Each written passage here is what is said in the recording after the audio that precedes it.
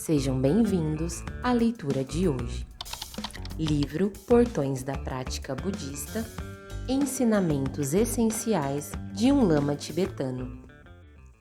4. O trabalho com a ignorância.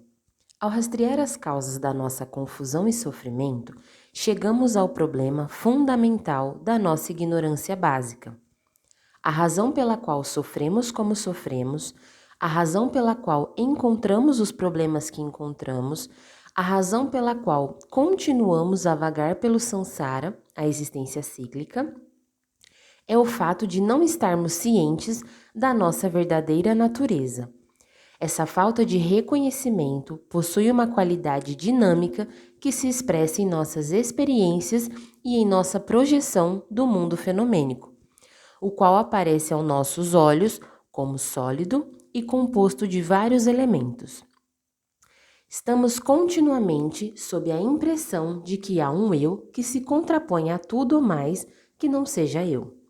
Por causa dessa tendência dualista da mente, objetificamos nossas experiências e fazemos julgamentos sobre os objetos que percebemos. Isso leva ao apego e à aversão, o que gera karma e sofrimento infindável. O apego dualista, a confusão emocional, o hábito, o karma e os frutos do karma são consequências naturais dessa falta de consciência.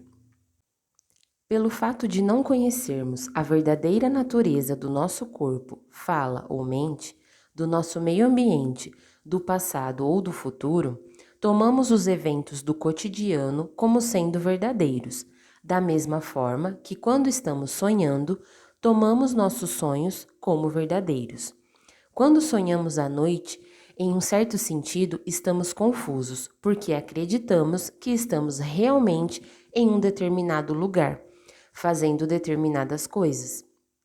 Talvez guiando um carro, construindo algum objeto ou até mesmo fugindo de um tigre.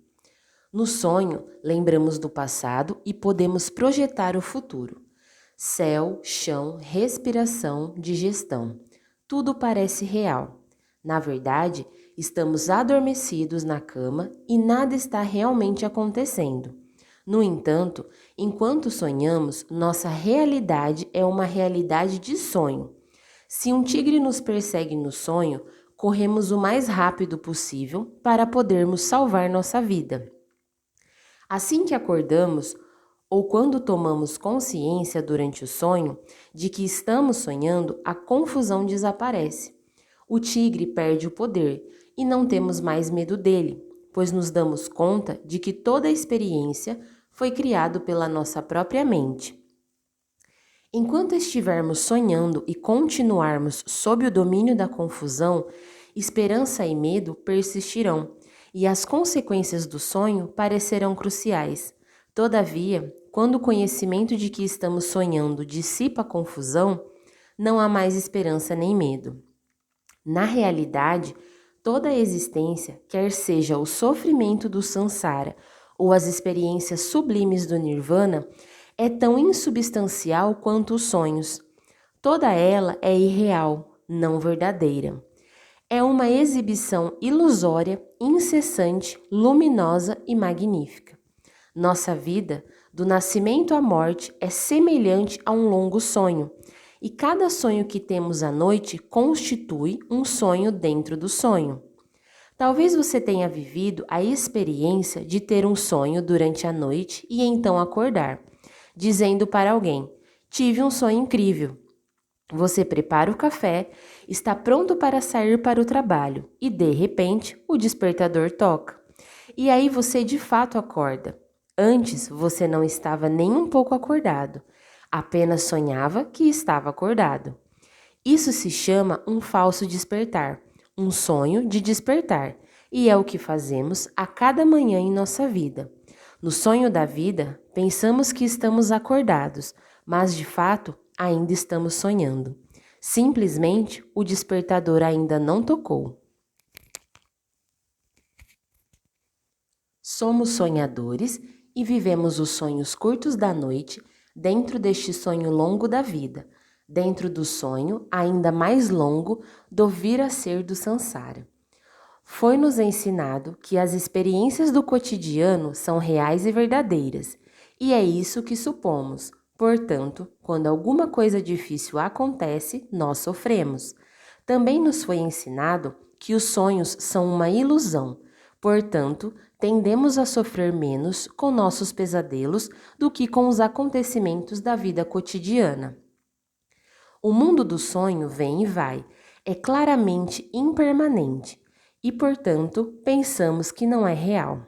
Entretanto, o mesmo é verdade em relação à realidade dos sonhos cotidianos, que, do mesmo modo, é impermanente. A única diferença entre eles é o tempo de duração. Saber que a nossa realidade não representa toda a verdade da existência nos liberta do sofrimento. Deixamos de estar controlados por nossos medos ou apegos. No entanto, a mente facilmente cai novamente em suas velhas suposições, com o próximo movimento deste sonho do dia. De repente, uma mulher encantadora ou um homem maravilhoso aparece, e lá estamos nós acreditando de novo no sonho que chamamos de realidade. Fomos novamente enganados. A ilusão não foi completamente afastada, apenas ficou estremecida por um segundo. Demos-nos conta, por um breve momento, da natureza mais profunda das nossas experiências, mas essa compreensão não se fixou. Precisamos de um método para lembrar que estamos apenas sonhando, para verdadeiramente transpassar nossa confusão. Não apenas vislumbrarmos a verdade em um momento e esquecê-la no momento seguinte. Precisamos, de modo claro e decisivo, pôr fim à nossa experiência ilusória de realidade. Isso requer um reconhecimento autêntico da verdade da nossa experiência, tal como a verdadeira natureza do sonho da noite. Ela está além dos extremos do pensamento conceitual, do é e do não é, não podendo ser apreendida pela mente racional. Vamos supor que encontremos um grande pedaço de ouro, mas ignoramos o seu valor. Essa falta de reconhecimento não diminui nem um pouco o valor do ouro, assim como pensar que ele tem valor não o torna mais valioso. Ele simplesmente é o que é.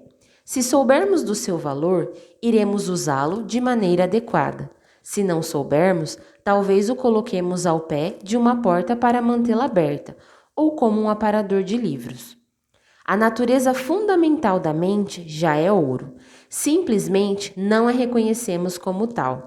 O fruto do caminho espiritual é a completa revelação desse ouro. O caminho consiste no modo pelo qual alcançamos essa meta, tornando óbvio aquilo que já existe. No método de meditação chamado Yoga do Sonho, a primeira tarefa é nos darmos conta, durante o sonho, que estamos sonhando. A próxima tarefa é conservarmos essa compreensão, sendo que a partir desse ponto, adquirimos uma capacidade criativa no sonho. Por exemplo, você está sonhando com um único balão. Se fosse capaz de manter plenamente sua compreensão da natureza do sonho, poderia fazer com que muitos outros balões aparecessem. Ou uma única pessoa poderia se transformar em muitas. Este mundo poderia se transformar em um mundo diferente. Em suma, ganhamos a capacidade de aumentar, multiplicar ou viajar nos sonhos, porque a falsidade do sonho deixa de nos comandar. Com o reconhecimento da sua natureza, nós comandamos o sonho.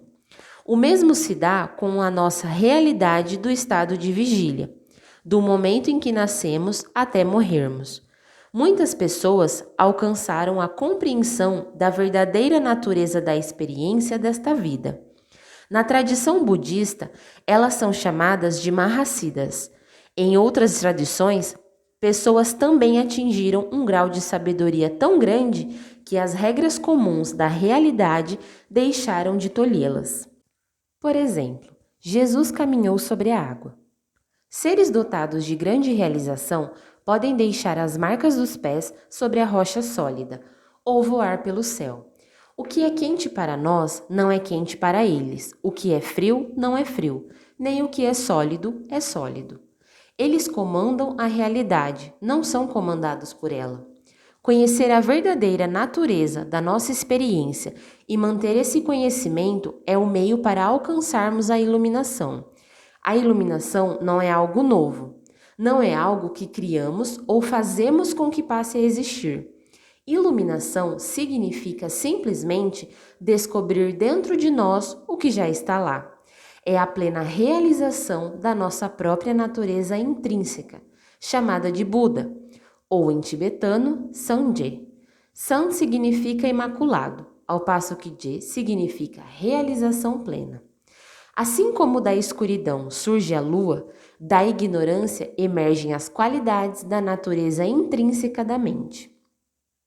Como a água, que é fluida em seu estado natural, mas vira gelo quando submetida a baixas temperaturas, a verdadeira natureza da mente, que pode ser chamada de Deus, de Buda, de perfeição, aparece de forma diferente quando obscurecida por confusão e visões ilusórias. Buda não se transferiu para outro lugar, da mesma forma que a água não o fez. Quando o gelo derrete, a água recupera suas qualidades naturais. Quando os obscurecimentos da mente são removidos, a verdade da nossa natureza torna-se aparente. Agora, porém, presos em nossa crença no sonho que chamamos de vida, não conseguimos ver nossa verdadeira natureza. Como sonhadores, entretanto, temos escolha. Podemos criar sonhos bons ou sonhos ruins. Se queremos que se tornem bons, precisamos mudar. Caso contrário, deixada por conta de seus velhos hábitos, a mente não irá necessariamente criar sonhos melhores. Podemos também optar por despertar, em vez de sonhar.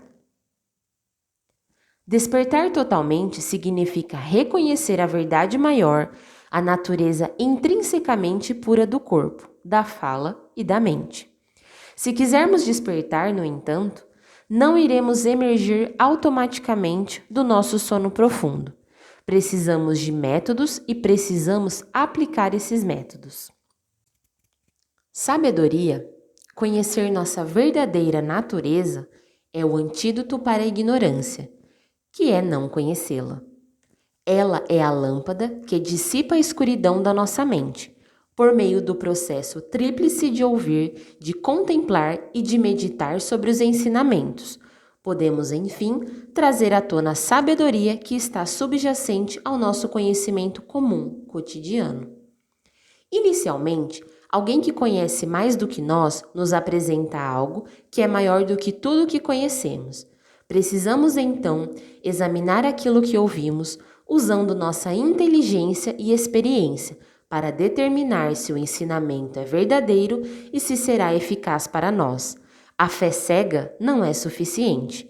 A contemplação da verdade e a relevância do ensinamento devem estar presentes. Não importa quão claramente tenhamos entendido o que foi dito. Ouvir os ensinamentos por si só não reduz o sofrimento. Para que isso aconteça, precisamos assimilar a sabedoria que vem com eles.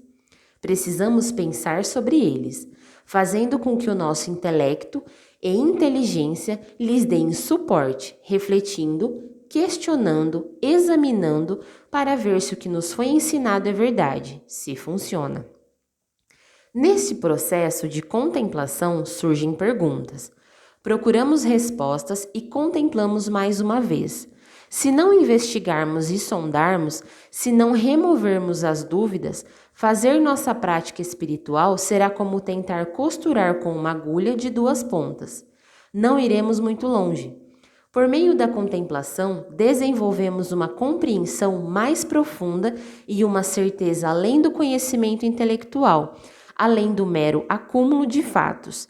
Entretanto, até mesmo o que é profundamente compreendido pode ser esquecido. Portanto, repetidamente, aplique essa compreensão até que se torne mais intuitiva em sua experiência. Finalmente, por meio do processo da meditação, nossa sabedoria inerente torna-se completamente óbvia. Pergunta: Despertar significa que tudo aquilo que vemos, ouvimos e saboreamos irá desaparecer? Resposta: quando despertamos para a nossa verdadeira natureza, o mundo dos fenômenos como conhecemos não desaparece, mas nossas reações a ele se modificarão e, na mesma proporção, nosso sofrimento diminuirá. Se em meio a um sonho aterrorizante, de repente, percebemos que estamos sonhando, apesar de o sonho necessariamente não desaparecer, o medo desaparecerá. Somos impotentes quando nos deparamos com nossas experiências e medos, gostos ou desgostos, e porque acreditamos que tudo isso é verdadeiro, somos subjugados por toda sorte de eventos. Se percebermos que o que quer que surja é ilusório, não lhe daremos validade e aquilo não terá o mesmo poder sobre nós. Em consequência, não experimentaremos tanto sofrimento. Em vez de ficarmos presos em nossas experiências, que são como um sonho, sejam elas felizes ou tristes, precisamos enxergar além de seu caráter impermanente e ver sua essência. Conhecer essa essência é o chamado grande conhecimento. Conhecer apenas a realidade comum e a solidez aparente das coisas é o chamado conhecimento comum. A diferença entre eles é como a diferença entre dois caminhos, o caminho do sonho, de sofrimento incessante, e o grande caminho da realização. O grande conhecimento é a base para transformarmos experiência comum em realização da verdade absoluta.